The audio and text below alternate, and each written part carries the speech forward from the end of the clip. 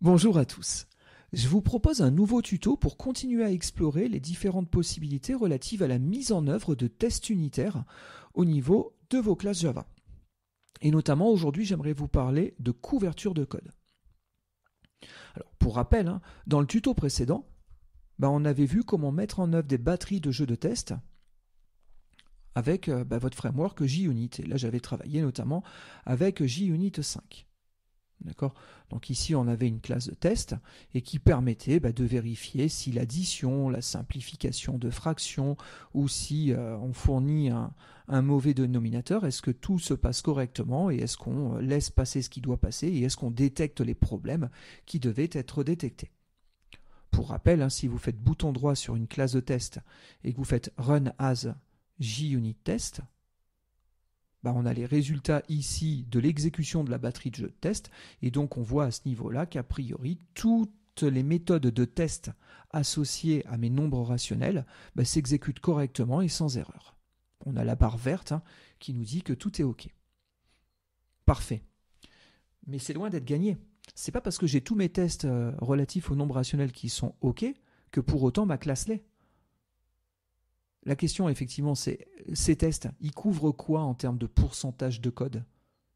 Imaginons, si je teste que 10% de ma classe rational, est-ce qu'on peut dire que la classe rational est fiable ? Non, pas forcément. Donc ce qui est important, c'est de pouvoir calculer un indicateur, d'accord, de couverture de code qui va me dire, voilà, votre programme, il va couvrir 50, 75 ou 100% de la classe. Et là, effectivement, si jamais j'arrive à couvrir 100% de ma classe et que tous mes jeux de test sont en succès, oui, là c'est gagné. Là c'est beaucoup plus sérieux. Par contre, si je couvre que 25% de mes lignes de code, a priori, il y aura encore un petit peu de travail. Ok ?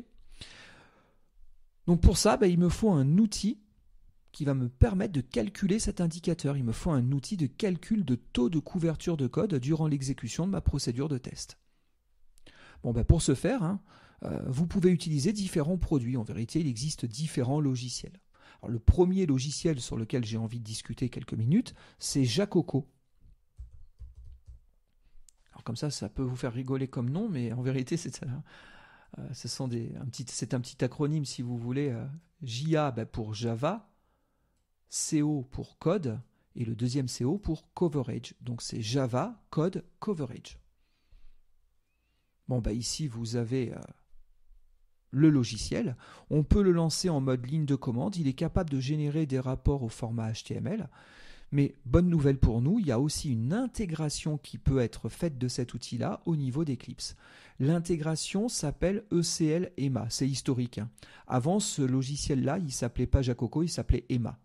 Et ECL EMA, c'était l'intégration dans Eclipse du logiciel d'EMA. Ils ont renommé l'outil d'analyse de code coverage, mais par contre, le plugin Eclipse a gardé le même nom.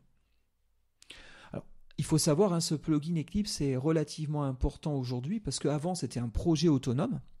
Vous le trouviez sur le marketplace Eclipse, mais depuis peu, il a été intégré directement comme étant un projet officiel Eclipse. Regardez, je reviens sur le portail associé à notre IDE favori.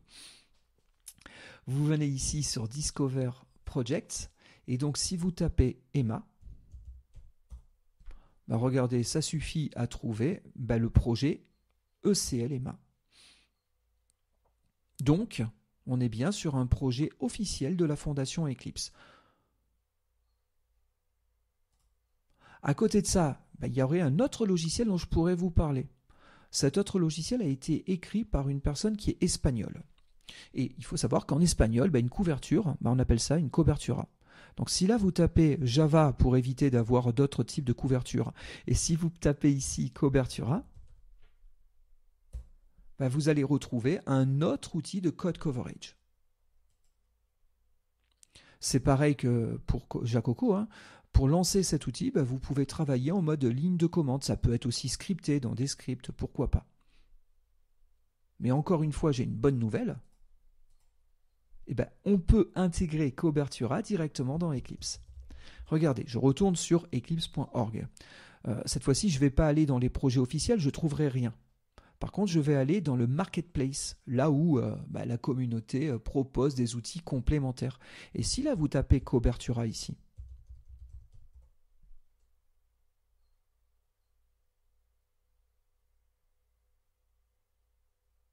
et bien regardez, vous avez le plugin iCobertura qui apparaît et que vous pouvez installer dans votre Eclipse. Bon, il en existerait d'autres d'outils. Moi, je vais me focaliser que sur ces deux-là. Et plus précisément, je vais me focaliser sur celui qui est aujourd'hui directement intégré dans mon atelier. Donc, le projet ECL-EMA.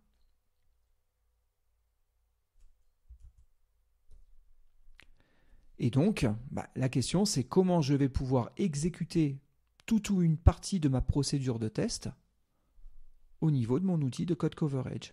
En général, c'est assez simple. En général, vous allez travailler comme si vous vouliez lancer votre procédure de test, donc bouton droit, et on s'arrêtera là quelques secondes. Et puis, au lieu de faire Run As, JUnit Test, si vous fouillez, vous aurez toujours un menu. Normalement, il s'appelle Coverage As ou Cover As. Des fois, au fur et à mesure des versions, il y a eu des changements sur les noms à ce niveau-là.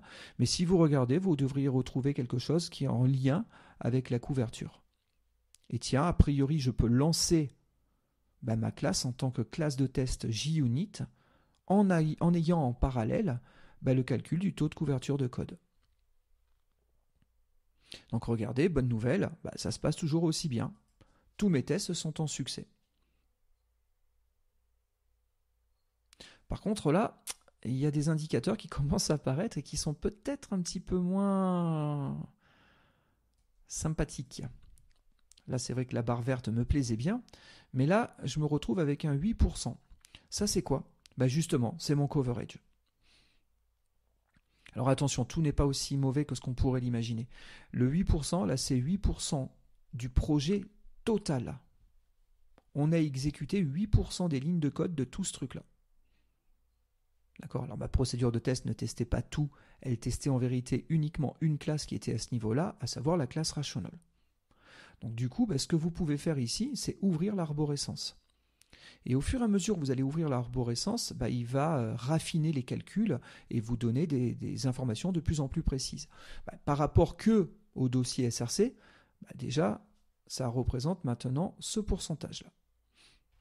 Bon, il y a aussi du pourcentage ici. C'est vrai qu'on avait un bon 49% à ce niveau-là, donc ça nous donnait l'impression d'avoir couvert un peu plus de choses à ce niveau. Mais en vérité, par rapport au niveau du projet, en tout cas, par rapport à SRC, on n'avait couvert que 5,6%.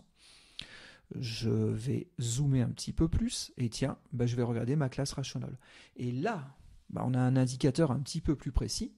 Effectivement, ma procédure de test, en l'état, elle a couvert que 70% de mon code. Ça veut dire que j'ai 30% de ma classe, 30% du code qui n'a jamais été testé. Vous avez vu, au-dessus, j'ai l'éditeur. Et puis c'est vrai qu'on a des nouvelles informations qui nous sont affichées qu'on n'avait pas jusqu'à présent.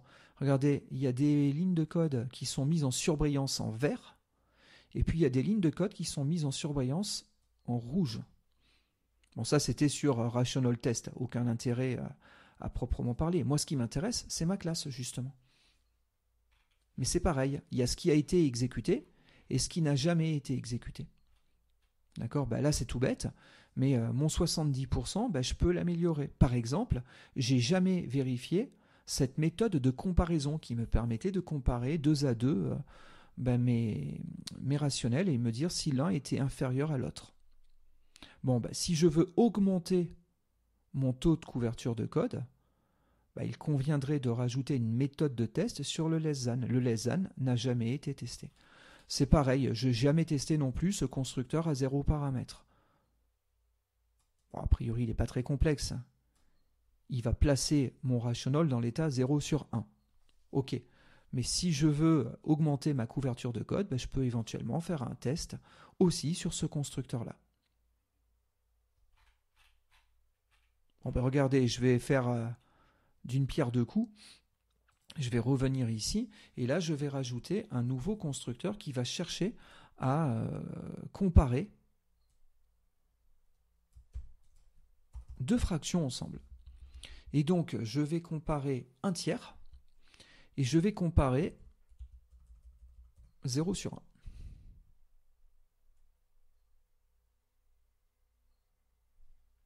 À partir de là, ici, j'avais mes tests, hein, et donc ce que je vais faire, c'est que je vais ne pas utiliser add, mais less than. Et là, je vais vérifier si R1 est less than de R2. Alors j'ai un petit souci. Ah oui, et ça envoie un booléen, bien entendu. Quand même, il faut faire attention. Donc on va dire que c'est notre booléen. Voilà. Et donc ici, je vais faire un assert false sur mon résultat. Effectivement, on est bien d'accord, 1 tiers, 0,3333, ce n'est pas plus petit que 0. 0 sur 1, ça fait 0. Donc normalement, si tout se passe bien, cette méthode-là doit me renvoyer false. Donc je vérifie au final que j'ai bien mon false à ce niveau-là. Allez, je vais changer à peine un petit peu la chose. Regardez, je vais récupérer mon test ici et je vais mettre directement le test à ce niveau-là. Voilà, comme ça me permet de faire vite fait un autre petit test. Je vais comparer R2, est-ce qu'il est inférieur à R1? Et là, logiquement, si tout va bien, ça devrait me calculer true. Voilà, et ma méthode, on va l'appeler test less than. Parfait. Voilà ma nouvelle méthode de test qui est fin prête. Je n'ai plus qu'à relancer ma procédure de test et vérifier si j'ai un meilleur taux de couverture de code. Regardez, bouton droit, Run as, JUnit test. Attention, si vous le faites comme ça, vous êtes en run normal. Il n'y a donc pas de réévaluation du code coverage. Par contre, si vous faites bouton droit, cover as JUnit test, là, il va bien y avoir une réévaluation. Et donc, on constate qu'on a augmenté notre code coverage. Et si on va zoomer précisément sur notre classe rational, vous voyez, on est monté à un taux de 86,4% de code qui a été testé par ma classe rational test. Bon, l'idéal, bien entendu, c'est d'essayer de bien tester tout votre programme et d'avoir le taux de couverture le plus intéressant possible. Alors, à ce sujet-là, il faut savoir garantir à un moment donné que vous allez avoir 100% de votre dossier SRC qui va être testé, c'est un peu illusoire. On a toujours des choses qui sont un petit peu délicates à tester, notamment quand vous avez des cas d'erreur multiples.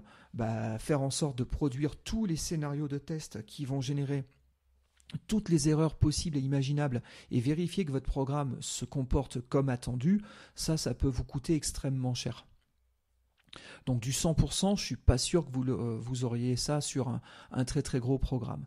Par contre, 75% de toute couverture de code, c'est pas bon non plus. D'accord, je prends un peu des extrêmes.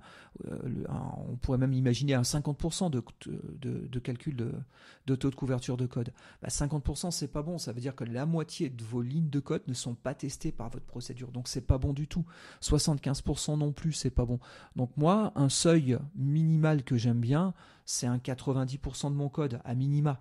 C'est-à-dire que tant que j'ai pas couvert 90% de mon code, moi, je suis pas satisfait de moi et je continue à essayer d'améliorer ma procédure de test pour faire en sorte de valider un maximum de choses.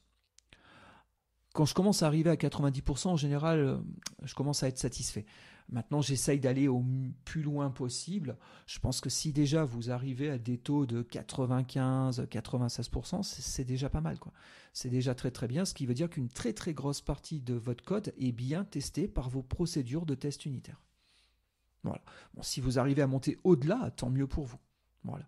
Par contre, en dessous de 90%, moi, ça me semble problématique et je pense que vous avez encore un petit peu de travail à réaliser. Voilà. Bon, je ne sais pas ce que vous pensez de ce petit outil de calcul de taux de couverture de code, mais moi je trouve que c'est pratique, c'est pas mal, et c'est surtout, des fois je pense avoir fait bien certaines choses, ça me permet de mettre en évidence, de mettre en lumière le fait que mon travail n'est pas si parfait que ça, et que je peux encore améliorer les choses. Voilà. Bon, j'espère qu'il vous sera d'une grande aide, et que vous allez obtenir des beaux taux de couverture de code, excusez-moi. Voilà.